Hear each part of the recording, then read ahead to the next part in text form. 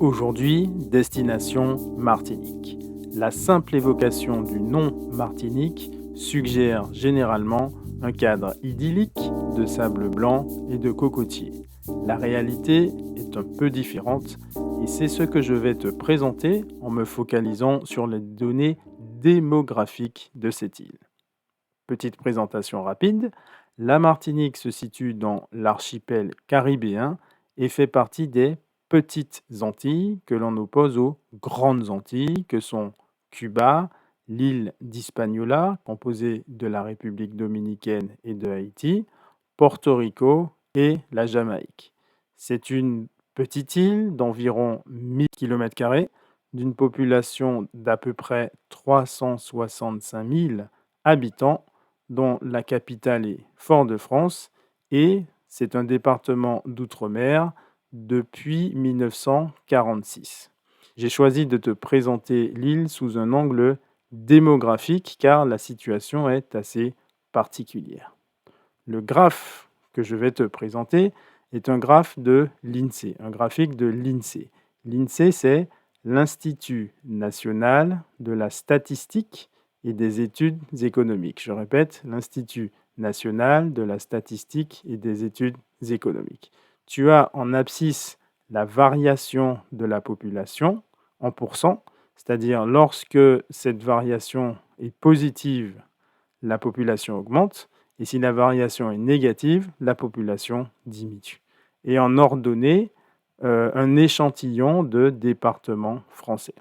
Ce que tu peux observer, c'est que le département, donc la Martinique, perd environ 1% de sa population, alors que la moyenne française est de 0,4%, donc elle est positive.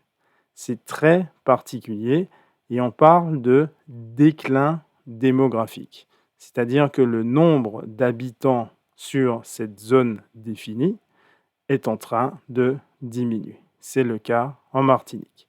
Alors tu vas me poser la question, pourquoi cette population diminue? Ce déclin est principalement dû au départ des forces vives du pays, les jeunes qui sont souvent contraints de quitter l'île en l'absence de débouchés économiques. L'économie est en effet très fragile, il n'y a pas de véritable industrie, il y a une forte dépendance vis-à-vis des importations, c'est-à-dire qu'une grande partie des produits qui sont consommés sur l'île sont importés, avec un taux de chômage qui est beaucoup plus important que celui que l'on va trouver en France continentale. De plus, on a une population qui vieillit avec une accélération du fait que les forces vives sont en train de quitter l'île. Voilà un peu le portrait et la situation démographique du pays. Je vais te donner maintenant un exemple précis. Certains produits alimentaires sont jusqu'à 40% plus chers qu'en France continentale. Donc voilà un petit peu le contexte et du coup, à la moindre étincelle, il y a des débordements. Ce fut le cas en fin d'année dernière où un conflit qui a commencé comme une opposition aux mesures de restriction du Covid a en fait dégénéré en combat social avec de fortes revendications en termes de justice sociale et économique. Bien évidemment, je ne peux, pendant cette courte présentation, que traiter le sujet en surface, mais l'idée la plus importante ici est de t'indiquer que pour ta prochaine destination, renseigne-toi également sur les données démographiques et sociales du pays. Tu auras des clés de lecture différentes qui te permettront d'enrichir ton expérience. Voilà, c'est tout pour le moment. Merci pour ton attention. Keep it real, keep it straight, keep it simple.